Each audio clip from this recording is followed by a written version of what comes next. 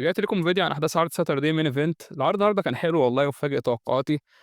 في عودات وفي حكام بتقع وفي حاجات زي كده، وفي بناء حلو للرامبل ونهايات مرضية طبعًا، خصوصًا سامي زين اللي شرفنا وهيتصدر أهو في الرامبل.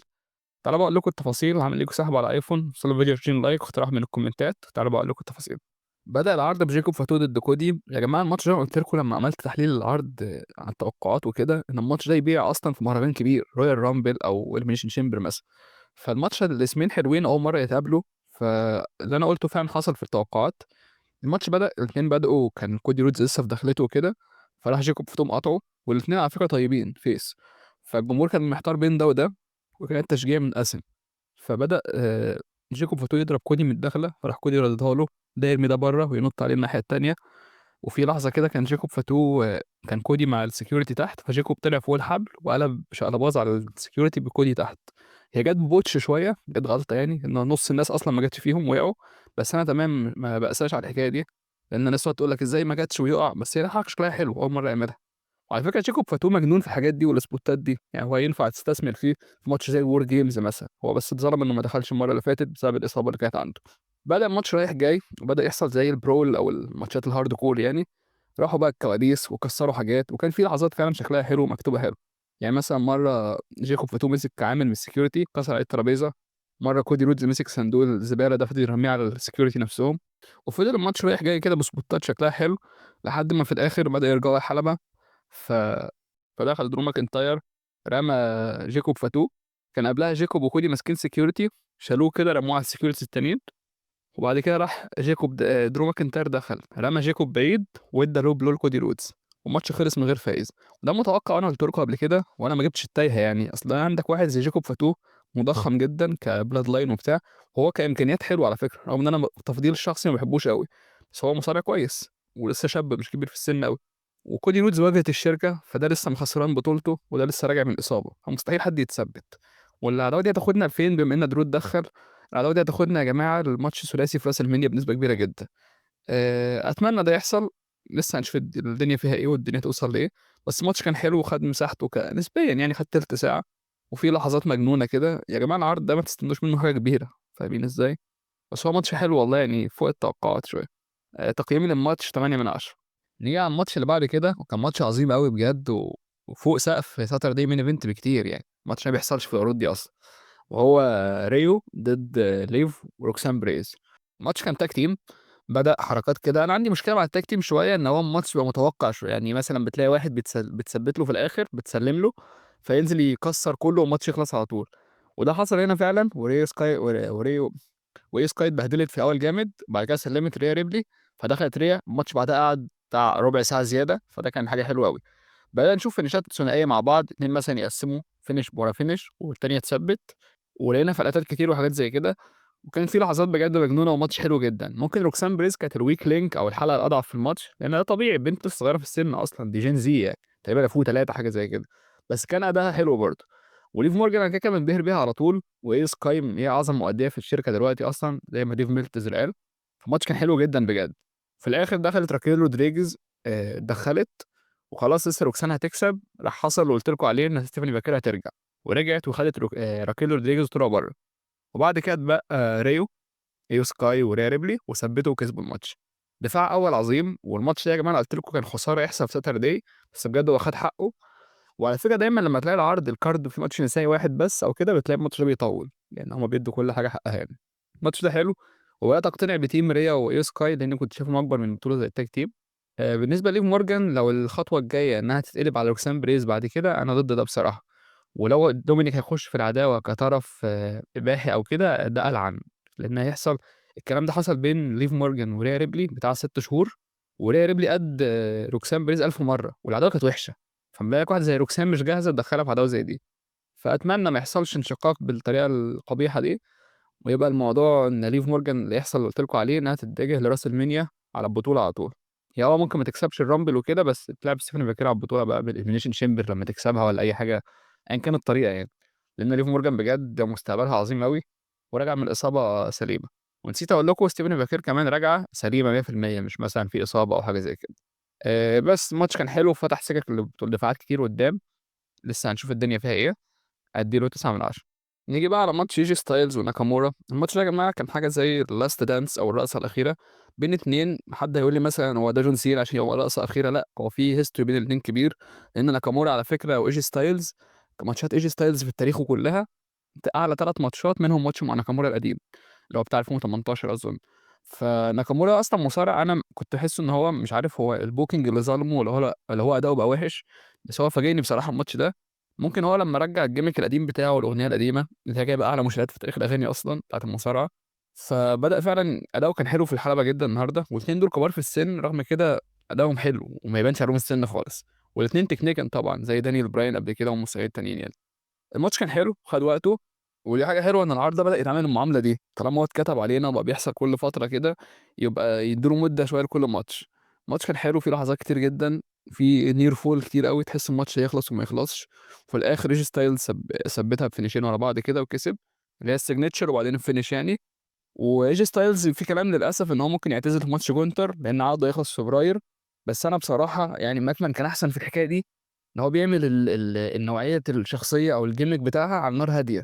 يعني مثلا راندي اورتن يثبت نفسه كشرير بان هو مثلا يبوس ستيفاني ماكمان قدام تريبل اتش. انما قدام تريبل اتش انما تريبل اتش بيستعجل في الحكايه دي قوي. يعني مثلا جونتر بقى معروف ان هو الليجند كيلر، هو اللي هيقتل الاساطير ويخليهم يعتزلوا. فيقوم جاي ماسك المصارع ده مخليه يعمل كده 7 مرات ورا بعض، وفي ناس تاريخها بيضيع عادي مش مهم. فجونتر مش محتاج حاجه زي دي. وايجي ستايلز يعني انت خلاص خليت سينا يعتزل، فمش نفس المده ورا بعض يعني، مش صعب قوي. فاتمنى ايجي ستايلز يكسب. وكان ديف ميلتزر على فكره اللي عارفينه ان هو يعني بيحب جونتر فان بجد يعني. فقال لك في حل حلو لجونتر ان هو مثلا يخسر من ستايلز، وبما انه مشارك في الرامبل يكسب الرامبل في الاخر. ده حل مش وحش على فكره، رغم ان الناس هنا ما بتحبش جونتر. بس جونتر لو لعب درو ضد كودي مثلا ماتش ثلاثي في راس المانيا هيبقى ماتش عظيم جدا. ولو ما كسبش الرامبل عادي ممكن يفضل اخر 3، ما ده برضه حاجه يعني دفعه حلوه اهي. انما بجد لو جونتر كسب ستايلز بنفس الطريقه بتاعت سينا دي انا هتقفل قفله سودا يعني. ماتش حلو، واتفاجئت ان النهارده بدا ياخد مساحته في المدد وكده. وفعلا هتفرج على ماتش ستايلز وناكامورا تاني لان الاثنين دول طلع بينهم كيميا حلوه قوي وكيمستري عاليه قوي بينهم. تقييم الماتش 8.5 من 10. نيجي بقى على الماتش الرباعي. على فكره الماتشات الرباعيه في الدبليو دبليو اخر فتره ما بتاخدش حقها خالص، حتى في راس المنيا الماتش اللي دومينيك كسبه ده كان ماتش متكروت قوي خلص في تلت ساعه تقريبا. المهم ان الماتش بدأ بين سامي واورتن وديميان بريست وتريك ويليامز. تريك ويليامز بصراحه فاجئني في الماتش ده، رغم اني عارف ان هو مش هيكسب لان مفيش شرير ضد شرير هتحصل في عرض زي رويال رامبل. وكده كده انا عارف ان اورتن في ماضي بينه وبين درو وكذلك ديميان بريست، فالاثنين دول مش هيلعبوا تاني. انما اكيد اللي كان هيكسب هو سامي زين، وده فعلا اللي حصل. انت عندك ماتش اصلا في بلده، وعندك هيروح السعوديه وهو مصارع عربي زيهم، فكده كده ده هيحصل. وغير اصلا بعيد عن الحسابات دي كلها، سامي زين يستحق فرصه زي دي. يعني حتى لو كان بيلعب في موزمبيق كان يستاهل الفرصه دي عادي. مصارع اداؤه عظيم جدا على المايك، عظيم جدا، مصارع كامل بجد. فالماتش بدأ ان هو كان اتنين بيرموا اتنين بره، بقى اتنين على الحلبة اللي هو سامي واورتن. كل ما اورتن يعمل حركة سامي يقلبها. واورتن عمل في لحظة الحركة بتاعته اللي هي زي السيجنتشر دي اللي هي على الترابيزة، يعمل زي الباك سوبليكس على الترابيزة. وسامي زين يعمل ضرب من فوق الحبال. ديميان بريست يصد فينش ده يقلب ده. فضل الماتش رايح جاي كده. متكروت بصراحة، يستاهل مدة أطول من كده، أقل حاجة ساعة إلا ربع. بس هو خلص في ربع ساعة. بس في الآخر لقينا سامي زين تريك ويليامز بيصد حركة منه، فلسه هيضربه. راح سامي زين عكسها وقلب فينش وثبت دامين بريست. دي حاجه حلوه لان أنا دامين بريست ده ما بحبوش بصراحه، وكنت شاك ان تريك ويليامز هو اللي هيتثبت. بس الاداء اللي شفته من تريك ويليامز ده حلو قوي، يعني فاجئني بصراحه. وسامي زين اسمه وداميان بريست كفايه نفخ فيه بقى بجد. انا اتخنقت يعني، الراجل ده بيتحط في عداوات مع جوبرز بيعمل اداء وحش، مع ناس في مين روستر بيعمل اداء وحش. حتى هو لو بيعرف يصارع وكده ما عندوش الكاريزما بتاعت النجم يعني ايه. وتريبيتش بيديه دفعات ايه مش طبيعيه يعني. فان هو يتثبت دي حاجه حلوه. ما اعرفش بصراحه الاتجاه بتاعه بعد كده هيبقى ايه، مش مهتم. الناس اللي متعشمه ان سامي يكسب في رويال رامبل ضد درو ماكنتاير، لا ما يتعشمش خالص. درو مكمل بالبطوله شويه حلوين، ممكن حتى لبعد راس المنيا. لانه خلاص كده كده هي خد لقطته بان هو هيلاعب درو على البطوله في رويال رامبل. هيبقى ماتش عظيم على فكره كاداء وككل حاجه، وستوري تيلينج حتى حلو. لان الاسبوع اللي فات درو شخصنها معاه بان هو شتم ابنه قال له انت هتكسف ابنك، وسامي لطشه بالقلم. وده حاجه حلوه ان العرض هنا بقى بيستخدموه كبناء لتكمله بناء لعرض جاي، مش ما يدينوش بناء لوحده. ان لو بناء لوحده انت كده بتقص من العرض الكبير اسبوعين كاملين. فالماتش كان حلو بصراحه، متكروت شويه وكان ممكن يبقى اطول. تمام، نهايته حلوه. الناس اللي بتقول اورتن ده ما ياخدش دفعته وليه مش عارف ايه، تمام يا جماعه، اورتن يستاهل ان هو يكسر رقم جون سينا بالنسبه لي. كواحد مثابر وضحى بجسمه كله للشركة، وكذا مرّة يتعرض عليه هوليوود ما يروحش، بس على نار هادية، فاهمين إزاي؟ هو لسه قدامه شوية أصلًا على ما يعتزل 4 سنين مثلًا، والراجل لسه شيب ولسه قادر يجيب مع الجمهور، ما حدش زهق منه، ما حدش لقاه مثلًا بيعمل بوتشات والّا حاجة.